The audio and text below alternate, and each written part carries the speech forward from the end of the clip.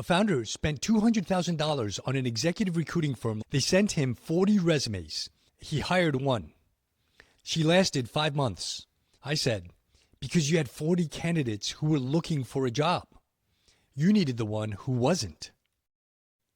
She had no LinkedIn posts, no conference talks, no thought leadership, no public profile to speak of. She was also the single best VP of product in the country for this company's problem. Nobody knew she existed, including the company that needed her most. And that's exactly why they almost lost the search. After more than 400 executive placements, I've learned something that most founders and most recruiting firms never internalize. The executives who will change your company's trajectory are not looking for you. They're not on job boards. They're not refreshing LinkedIn. They're not open to work. They're running a team. They're deep in a product launch. They're scaling something at a company you'd give anything to recruit from. They're still on the tree. And here's the problem. Every job posting, every recruiter blast, every exciting opportunity message on LinkedIn is designed to catch people who have already fallen off the tree, people who are actively looking, people who are in transition, people who, for whatever reason, are available. Some of those people are great. Most are not what you need. The executives who will actually change your outcome are the ones you have to climb up and pick. They're not coming to you. You have to go get them. I call this the difference between level 1 and level 3 recruiting. And the gap between them is the gap between companies that scale and companies that stall. Level 1 is post and pray. Write a job description, put it on LinkedIn, wait. Level 2 is network recruiting. Call your investors, call your board, who do you know? Level 3 is precision extraction. You identify the best 40 to 50 people on the planet who have built exactly what you need built.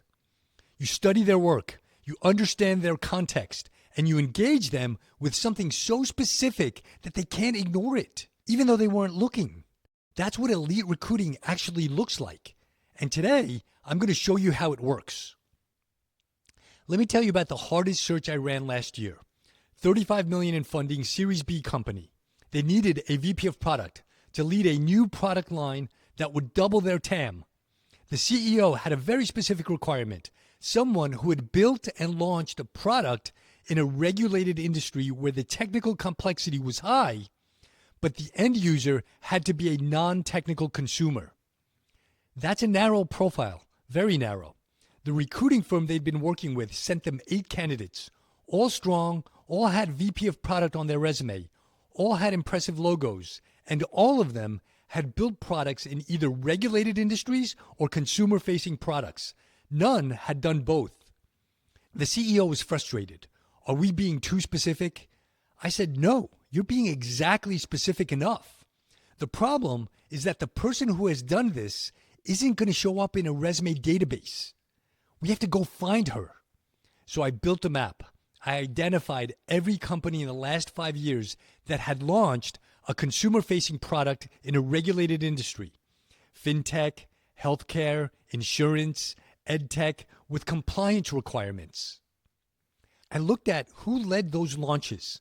Not the CEO, not the CTO, the product leader. One name kept appearing in the research. She was a senior director of product at a company nobody in our network had heard of.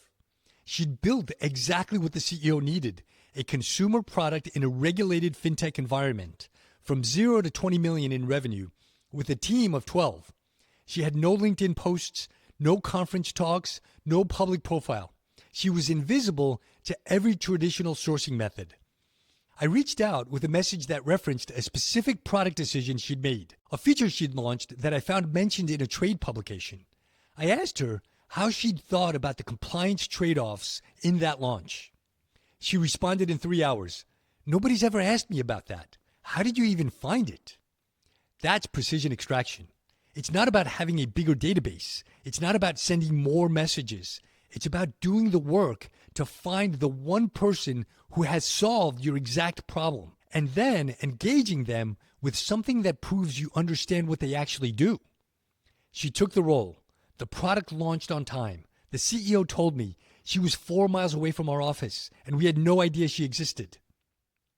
I want to talk about why most executive outreach gets ignored, because this is where 90% of recruiting fails.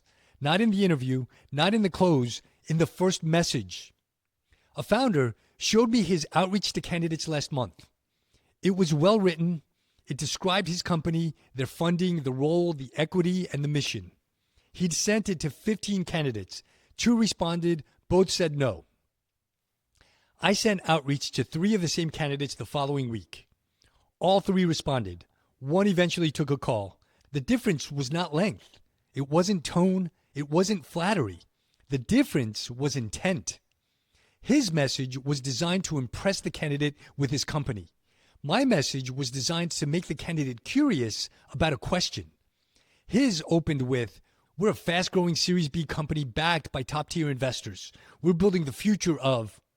Mine opened with something like, "I noticed you restructured the pricing architecture at their company last quarter. I'm curious how you thought about bundling when your enterprise and SMB segments have such different willingness to pay." No company name, no job description, no equity, no pitch. Just a genuine question about their craft. This is what I call the VR5 Framework. 5 rules for engaging passive executive candidates. Rule 1. Open with a specific, research-backed observation about their work. Not their title, not their company, their actual work.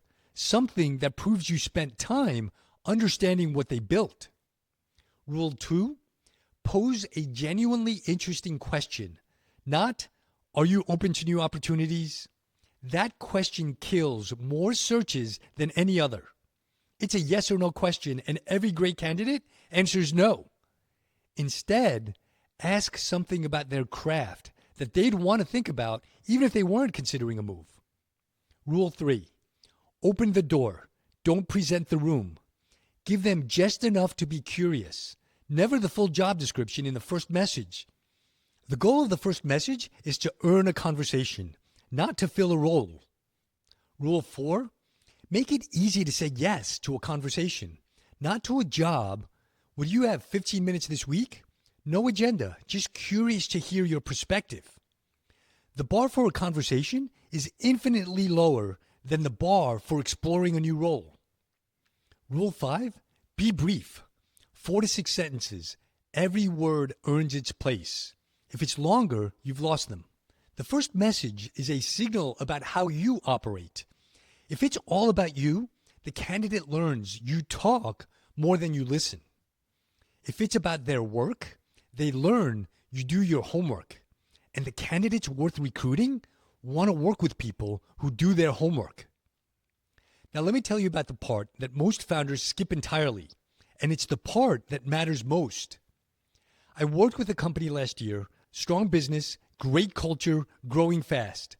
Their VP of engineering gave 2 weeks notice on a Monday. The CEO called me Tuesday morning. His voice told me everything before his words did. I need someone immediately. I asked, do you have a list of people you've been tracking for this role? Silence. No, we never thought he'd leave. That silence is the most expensive sound in startup leadership.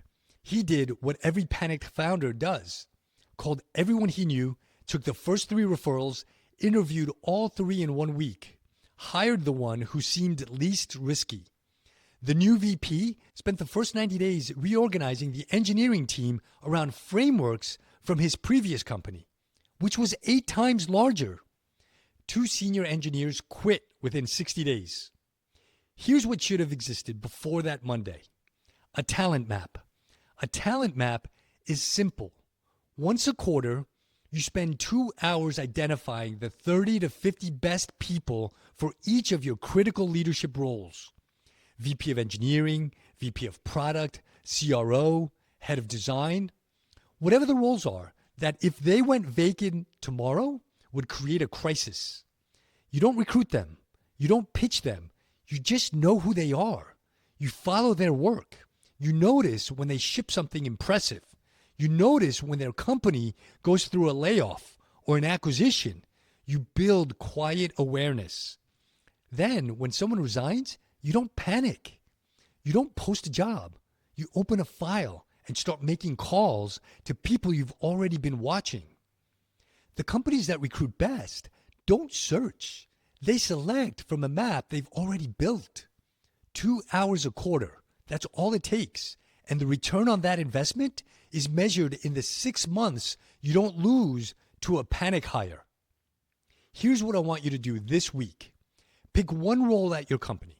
The role that if that person left tomorrow would create a crisis. Write down 10 names.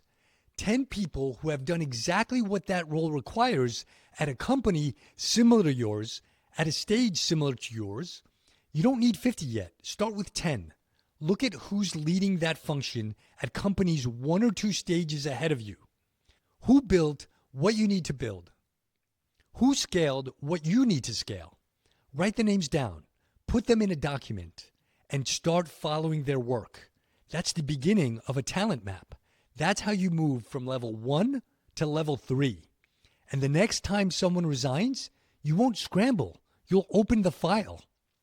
Remember that founder who spent $200,000 on a recruiting firm and got 40 resumes and still hired the wrong person? He was fishing in a pond where the fish he wanted don't swim. The executives who will transform your company are not looking for you. They're not on job boards. They're not applying. They're invisible to anyone who's just posting and praying. Precision extraction is how you find them. The talent map is how you stay ready. And the first message is how you earn the right to a conversation. Stop picking fruit off the ground. Learn to climb the tree. I'm Dave Carvajal. If this changed how you think about recruiting, subscribe. Next week, I'm going to show you how legendary companies actually build their leadership teams. The decisions that separate the companies that scale from the ones that stall. That's next.